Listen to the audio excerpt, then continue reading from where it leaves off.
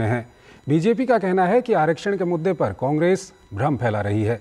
मोहन भागवत ने भी आरक्षण का समर्थन करने की बात कही है। आरक्षण बचाने के लिए पीएम मोदी ने अपनी प्रतिबद्धता जताई है। लोकसभा चुनाव के प्रचार के बीच राजनीतिक सरगर्मियां चरम पर हैं। इसी बीच आरक्षण का मुद्दा फिर उठ खड़ा हुआ है। कांग्रेस पार्टी ने भाजपा पर आरोप लगाया है कि भाजपा आरक्षण को खत्म करना चाहती है, तो भाजपा इस आरोप पर आक्रामक है। प्रधानमंत्री नरेंद्र मोदी ने सोमवार को कांग्रेस पर वोट बैंक की राजनीति के लिए देश में धर्म आधारित आरक्षण की योजना बनाने का आरोप लगाया और जोर देकर कहा कि वो किसी भी सूरत में ऐसा नहीं होने देंगे। उन्होंने कहा कि कर्नाटक में कांग्रेस ने संविधान बदलने और एससी, एसटी और ओबीसी के अधिकार छीनने का अभियान शुरू किया है। हमारा संविधान धर्म आधारित आरक्षण को स्वीकार नहीं करता, लेकिन कर्नाटक सरकार ने ओबीसी आरक्षण का एक हिस्सा मुसलमानों को दिया है। प्रधानमंत्री ने कहा कि देश में किसी भी कीमत पर आरक्षण को खत्म नहीं किया जाएगा और वो आरक्षण को ताकत देने के लिए पूरी जी जान लगा देंगे। दशकों तक कांग्रेस ने एससी, एसटी, ओबीसी के साथ जिस तरह से विश्वासघात किया, उससे ये सभी कांग्रेस और इंडिया गाड़ी से पूरी तरह छिटक चुके हैं। इस वजह से कांग्रेस और इंडिया गाड़ी वाले बुरी तरह बौखला गए हैं। इसलिए लोग लगातार झूठ फैला रहे हैं। संविधान बदल देंगे, आरक्षण खत्म कर देंगे। मैं पहले ही कह चुका हूं कि अगर आज खुद बाबा साहब आंबेडकर चाहे तो बाबा साहब आंबेडकर भी आरक्षण खत्म नहीं कर सकते हैं। मोदी का तो सवाल ही नहीं उठता है। आरक्षण को जितनी ताकत मैं दे सकता हूं, मैं देने के लिए कमिटेड हूं। गुजरात के पाटन में कांग्रेस नेता राहुल गांधी ने एक बार फिर दोहराया कि भाजपा के लोग कहते हैं कि आरक्षण खत्म कर देंगे। उन्होंने कहा कि आरक्षण को खत्म करने का तरीका निजीकरण, अग्निवीर है, तो भाजपा ने धार्मिक आरक्षण के मामले पर कांग्रेस पर जमकर हमला बोला। उन्होंने कहा कि कांग्रेस देश को और खासकर दलितों को भ्रमित कर रही है। आरक्षण के नाम पर कांग्रेस झूठा नैरेटिव फैला रही है। बीजेपी के लोग कहते हैं हम आरक्षण को खत्म कर देंगे और फिर बयान आते हैं नहीं, हम आरक्षण के खिलाफ नहीं है। इनके ही बयान आते हैं। कर्नाटक में क्या किया इन्होंने? पूरे मुस्लिम समाज को दे दिया किसका? ओबीसी का। अब ओबीसी का इन्होंने दे दिया तो उनका आरक्षण है, उसमें उनको घुसा दिया। बाबा साहब ने जो आरक्षण दिया संविधान में, उसमें कहीं भी धार्मिक आधार पर आरक्षण नहीं था। तो ये धार्मिक आधार पर आरक्षण कौन कर रहा है? ये क्या संविधान विरोधी नहीं है? कांग्रेस द्वारा आरक्षण को खत्म करने के आरोपों पर भाजपा द्वारा ओबीसी आरक्षण का एक हिस्सा मुसलमानों को देने का पलटवार भारी पड़ता नजर आ रहा है। हालांकि आम चुनाव में जनता किसे समर्थन देती है, ये तो 4 जून को ही पता चल सकेगा। Bureau report, DD news. वहीं कांग्रेस की अंदरूनी कलह पर बीजेपी के प्रत्याशी भी चुटकी लेने से नहीं चूक रहे। नई दिल्ली सीट से बीजेपी प्रत्याशी बांसुरी स्वराज ने कहा कि आप और कांग्रेस का बेमेल गठबंधन कभी जनता के बीच परवान नहीं चढ़ सकता। नई दिल्ली लोकसभा सीट से बांसुरी स्वराज जी इस समय चुनावी मैदान में है। तो बड़ा एपिसोड कल घटा। अरविंदर सिंह लवली ने प्रेसिडेंट की पोस्ट से रिजाइन किया दिल्ली कांग्रेस कमेटी में। कैसे देखते हैं इस मूव को? जो ये कह रहे थे कि हमारा अलायंस था, संजय सिंह कह रहे हैं कि अलायंस ही इन्होंने कराया था, अब ये आपस में लड़ गए, तो ये बीजेपी से कैसे जीतेंगे? क्या इसका फैक्ट पड़ेगा अभी करंट इस लोकसभा चुनाव? मैं हमेशा से कहती आती हूँ और अभी दोबारा दोहरा रही हूँ, ये एक बहुत ही अननेचुरल अलायंस है। जब भी आम आदमी पार्टी सत्ता में आई है तो वो कांग्रेस को निगल कर सत्ता में आई है, चाहे पंजाब था चाहे दिल्ली था। और आप देखिए ये जो गठबंधन है, ये स्वार्थ की धुरी पर टिका हुआ गठबंधन है। वो इसलिए क्योंकि आपको याद होगा माननीय मुख्यमंत्री अरविंद केजरीवाल जी ने तो अपने बच्चों के सिर पे शपथ खाई थी कि वे कभी भी कांग्रेस के साथ गठबंधन नहीं करेंगे, लेकिन फिर उन्होंने 180 डिग्री का यू टर्न करा, जिसके कारण उनकी भी जनता में उनकी क्रेडिबिलिटी बहुत इरोड हुई। उसके बाद आप ये देखिए कि ऐसा गठबंधन है जहां पर माननीय मुख्यमंत्री अरविंद केजरीवाल जी काले रंग की डायरी झलकाया करते थे, जिसमें कांग्रेस के बड़े कद्दावर नेताओं की लिस्ट थी और कहते थे कि वो 500 करोड़ का करप्शन का क्लब का अंग है। लेकिन आज के दिन आम आदमी पार्टी सर से लेके पांव तक भ्रष्टाचार में डूबी हुई है। संजय सिंह कह रहे हैं कि भाई अलायंस ये करा रहे थे, ये जानते थे, कन्हैया कुमार के खिलाफ थे, डॉक्टर उदित राज के ये खिलाफ थे, तो फिर उनको टिकट कैसे मिल गई, वो कैंडिडेट कैसे बन गए? कैसे देखते हैं इस पूरे एपिसोड को? और लवली जी को क्या देर में ये बात समझ में आई? देखिए ऐसा है, ये इनका अंदरूनी मामला है, लेकिन इतना जरूर कहूंगी कि ये अलायंस कुछ नहीं है, चोर चोर मौसेरे भाई का अलायंस है। इसलिए ये गठबंधन का जर्जर कर कर भुरभुराना स्वाभाविक है। बांसुरी स्वराज ने क्या कुछ कहा और उनकी साफ साफ अपील थी कि मोदी है तो मुमकिन है, और मोदी की गारंटी जो है वो पूरे देश में चल रही है। पालिका बाजार में भी अच्छा खासा हुजूम आया उनको समर्थन देने के लिए, और उन्होंने भी पूरी उम्मीद जताई कि न केवल वो जीत करके आएंगी पार्लियामेंट में, बल्कि समाज के हर एक वर्ग का विस्तार करेंगी, उनके जो भी समस्याएं हैं उनको खुल के सामने लाएंगे और उसका समाधान करके उनको रिलीफ दिलाएंगे। कैमरामैन शारदा के साथ में मुकेश शुक्ला, डीडी न्यूज दिल्ली। लोकसभा चुनाव के तीसरे चरण में होने जा रहे मतदान के मद्देनज़र महागठबंधन के उम्मीदवारों के साथ भाजपा प्रत्याशियों के समर्थन में प्रधानमंत्री नरेंद्र मोदी की महाराष्ट्र में धुआंधार रैलियां हो रही हैं। इसी क्रम में लातूर में मंगलवार को प्रधानमंत्री की विजय शंखनाद रैली आयोजित होने जा रही है। लातूर लोकसभा क्षेत्र से भारतीय जनता पार्टी के सुधाकर तुकाराम श्रृंगारे चुनाव लड़ रहे हैं। पीएम मोदी की इस रैली को ऐतिहासिक बनाने में जुटे भाजपा के संगठन के रणनीतिकार व वरिष्ठ भाजपा नेता अरविंद पाटिल निलंगेकर से बात की हमारे संवाददाता ओपी यादव ने। महाराष्ट्र के मराठवाड़ा की लातूर लोकसभा सीट न केवल महाराष्ट्र बल्कि देश भर में चर्चित है। प्रधानमंत्री नरेंद्र मोदी यहां रैली को संबोधित करने आ रहे हैं। इस रैली की तैयारियों के विषय पर बात करने के लिए हमारे साथ मौजूद है भारतीय जनता पार्टी के वरिष्ठ नेता अरविंद पाटिल निलंगेकर। अरविंद जी, अगर बात करें, प्रधानमंत्री जी आ रहे हैं, रैली की तैयारियां किस तरह की चल रही है? नव भारत के शिल्पकार माननीय मोदी जी हमारे सर्वप्रिय कल आ रहे। माननीय मोदी जी 2019 और 2014 को भी यहाँ पे आए थे, और ये क्षेत्र को माननीय मोदी जी ने बहुत कुछ दिया है। और जो माननीय मोदी जी की विकसित भारत की जो संकल्पना है, हम ऐसा समझते हैं कि इसकी नींव, इसकी जो रूट है, जो उन्होंने मोदी जी ने मराठवाड़ा और लातूर के इधर रख दिए, क्योंकि मराठवाड़ा रेल कोच फैक्ट्री एक भव्य दिव्य फैक्ट्री जो आने वाले 50 साल के लिए और 25,000 से ज़्यादा युवक को रोजगार देगी। अरविंद जी, अगर बात करें प्रधानमंत्री के आने से यहाँ कितना प्रभाव पड़ेगा? बहुत सारा प्रभाव पड़ेगा। विश्वास है कि इस बार हम सब रिकॉर्ड तोड़ के 5 लाख का से ज़्यादा ये सीट, लातूर की सीट, माननीय मोदी जी के जो संकल्प है, आपकी बार 400 पार में लातूर जी का एमपी ये माननीय मोदी जी के साथ पार्लियामेंट में होगा। या मुख्य मुद्दे कौन से हैं और कौन कौन सी ऐसी खासियत बातें हैं जिनको आप लोगों ने पूरा करवाया है और जनता आपके साथ? माननीय मोदी जी के माध्यम से जो अन्न सुरक्षा का है, लातूर में 16.5 लाख लोगों को थेट राशन की व्यवस्था है। जो आपके कार्यकर्ता है उनमें किस तरह का उत्साह आप देख रहे हैं प्रधानमंत्री के आगमन को लेकर? मोदी जी के आगमन से बहुत सारा उत्साह है, खास करके महिला और युवा वर्ग में। 25,000 युवा सब ने सम्मेलन करके हम मोदी जी के समर्थन में आ रहे, और उनकी एक इच्छा है कि लातूर एक एजुकेशन हब है। तो उन्होंने कल माननीय मोदी जी से एक विनंती करे कि लातूर को केंद्रीय विद्यापीठ किस तरह से मिले, ये सब युवा की इच्छा है। प्रधानमंत्री नरेंद्र मोदी की इस रैली की तैयारियां पूरी हो चुकी है और सभी को उनके आगमन का और उनके उद्बोधन को सुनने का बेताब इंतजार है। मेरे सहयोगी कैमरामैन संजीव के साथ में OP Yadav, DD news, Latur. केंद्रीय गृह मंत्री अमित शाह के फेक वीडियो को शेयर करने के मामले में गिरफ्तारी की गई है। असम के सीएम हेमंत बिस्वा शर्मा ने इस बारे में जानकारी दी। सीएम हेमंत ने एक्स पर लिखा कि असम पुलिस ने रितोम सिंह नाम के एक शख्स को गिरफ्तार किया है। इस शख्स ने अमित शाह के आरक्षण पर बनाए गए एडिटेड वीडियो को शेयर किया था। वहीं केंद्रीय गृह मंत्री अमित शाह के वीडियो से छेड़छाड़ के मामले में दिल्ली पुलिस की टीम तेलंगाना पहुंची और जिन सोशल मीडिया पर उनके वीडियो को पोस्ट किया गया उन सभी को नोटिस देकर पूछताछ के लिए दिल्ली बुलाया है।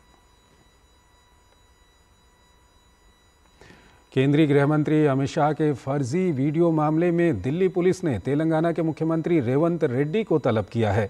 कर्नाटक में चुनावी रैली में रेवंत रेड्डी ने इस खबर की पुष्टि की है। नोटिस पर उन्होंने कहा कि वो इससे डरने वाले नहीं हैं। उन्होंने कहा कि सोशल मीडिया पर कुछ पोस्ट किए गए थे, इस वजह से दिल्ली पुलिस के जवान नोटिस लेकर तेलंगाना कांग्रेस दफ्तर पहुंच गए। वो तेलंगाना कांग्रेस अध्यक्ष और तेलंगाना के मुख्यमंत्री को गिरफ्तार करने आए थे। मोदी जी, आज तक Amit Shah ji ED, income tax, CBI को इस्तेमाल कर रहे थे चुनाव जीतने के लिए। अभी मेरे समाचार मिला है तेलंगाना कांग्रेस पार्टी ऑफिस में दिल्ली पुलिस पहुंचा हुआ है।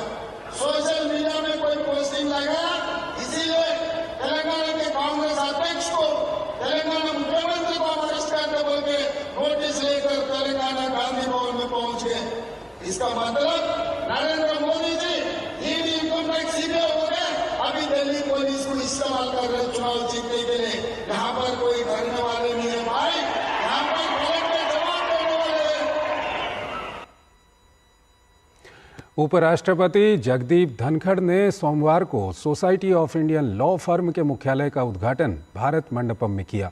उपराष्ट्रपति ने अपने संबोधन में भारत न्याय संहिता, भारतीय सुरक्षा संहिता और समझौता अधिनियम 2023 जैसे परिवर्तनकारी कानून के पारित होने की प्रशंसा की। साथ ही उन्होंने कहा कि ये कानूनी कदम सजा के स्थान पर न्याय एवं समाधान पर ध्यान केंद्रित करने वाले समान और कुशल न्याय तंत्र की ओर एक महत्वपूर्ण कदम है। The three organs, the judiciary, the executive and the legislature, are performing commendably and catalyzing the unprecedented rise of Bharat, generating an upbeat mood of hope and possibility, something we missed for far too long a period. Drawing global accolades, we never had them. I was first elected to Parliament in 1989. I was lucky to be a member of the Council of Ministers. I know the scene then. Precious gold of this country, once known as सोने की चिड़िया। Canada के उप उच्चायुक्त को विदेश मंत्रालय ने तलब किया है। मामला एक कार्यक्रम से जुड़ा है जिसको कनाडा के प्रधानमंत्री व्यक्तिगत रूप से संबोधित कर रहे थे, जिसमें खालिस्तान पर अलगाववादी नारे लगाए जा रहे थे। विदेश मंत्रालय ने इस मामले पर भारत सरकार की ओर से गहरी चिंता और कड़ा विरोध व्यक्त किया। भारत ने इस मसले पर कहा है कि इस तरह की घटना से न केवल भारत कनाडा संबंधों पर प्रतिकूल असर पड़ेगा, बल्कि इससे कनाडा में ही नागरिकों के लिए हिंसा और आपराधिकता के माहौल को भी बढ़ावा मिल सकता है।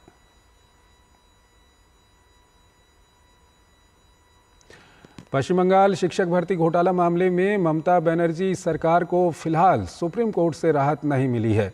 कोर्ट ने 2016 में की गई लगभग 24,000 शिक्षण और गैर शिक्षण कर्मचारियों की नियुक्तियों को रद्द करने के कलकत्ता हाईकोर्ट के आदेश पर रोक लगाने से इनकार कर दिया है। सुप्रीम कोर्ट 6 मई को मामले की अगली सुनवाई करेगा। कोर्ट ने तब तक मामले की सीबीआई जांच पर रोक लगा दी है। गौरतलब है कि कलकत्ता हाईकोर्ट ने भर्ती प्रक्रिया को अवैध बताते हुए इसे रद्द कर दिया था। कोर्ट ने शिक्षकों से ब्याज सहित 7-8 साल की सैलरी वापस करने का निर्देश दिया था। हाईकोर्ट के आदेश के खिलाफ राज्य सरकार ने सुप्रीम कोर्ट का रुख किया है।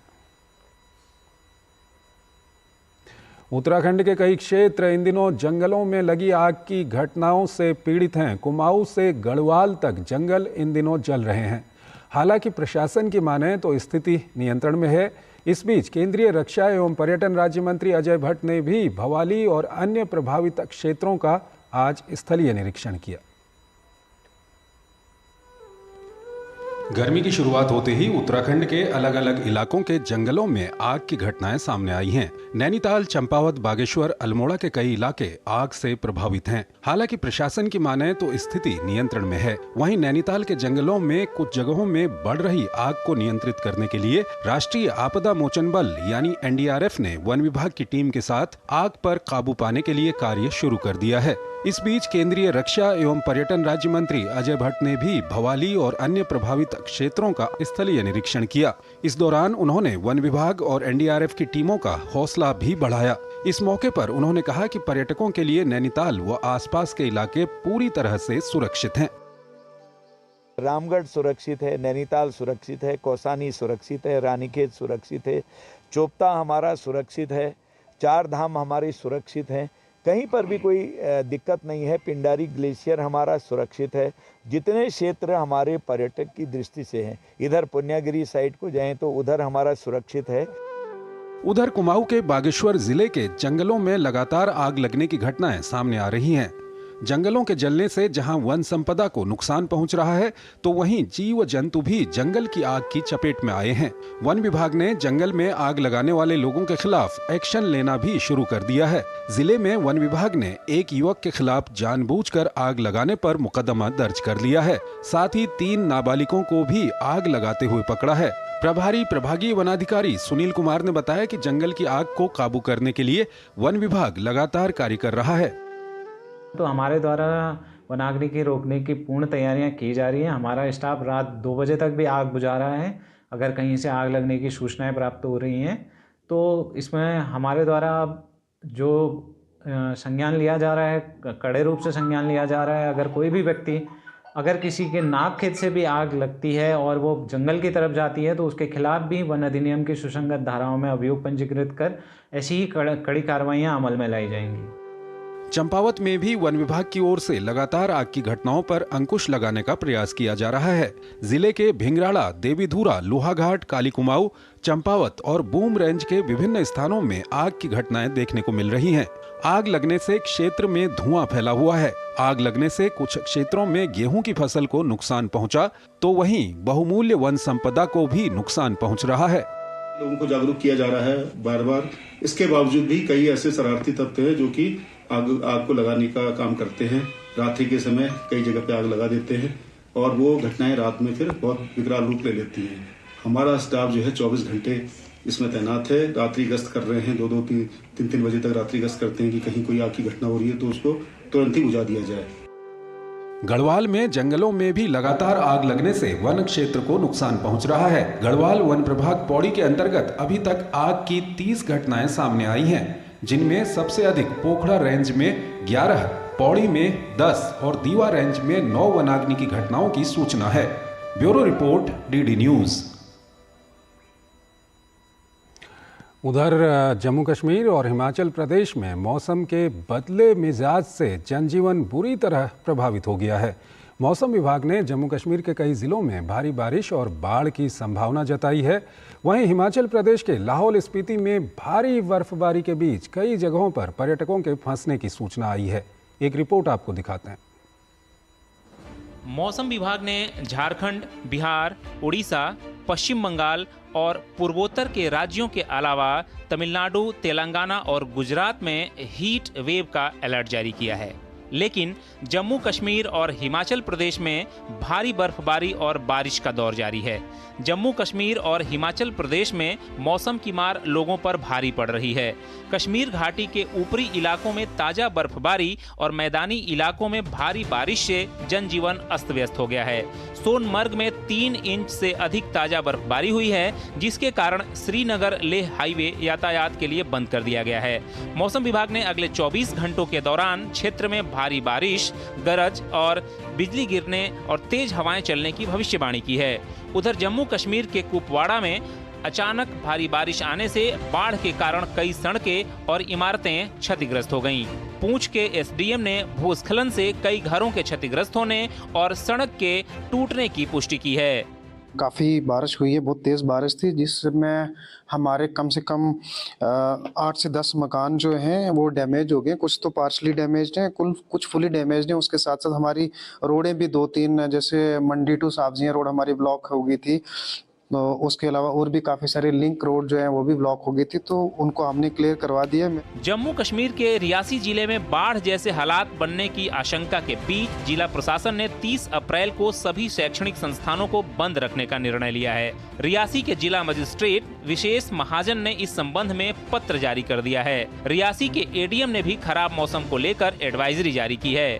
एडवाइजरी में अपील की है कि लोग घरों से बाहर नहीं निकलें। साथ ही उन्होंने जिला प्रशासन के अधिकारियों और अन्य एजेंसियों को अलर्ट रहने और शहर नहीं छोड़ने का निर्देश जारी किया है। वहीं कश्मीर में भारी बारिश को लेकर श्रीनगर के संभागीय आयुक्त विजय कुमार विधूड़ी ने कहा कि हमारे अधिकारी सतर्क हैं।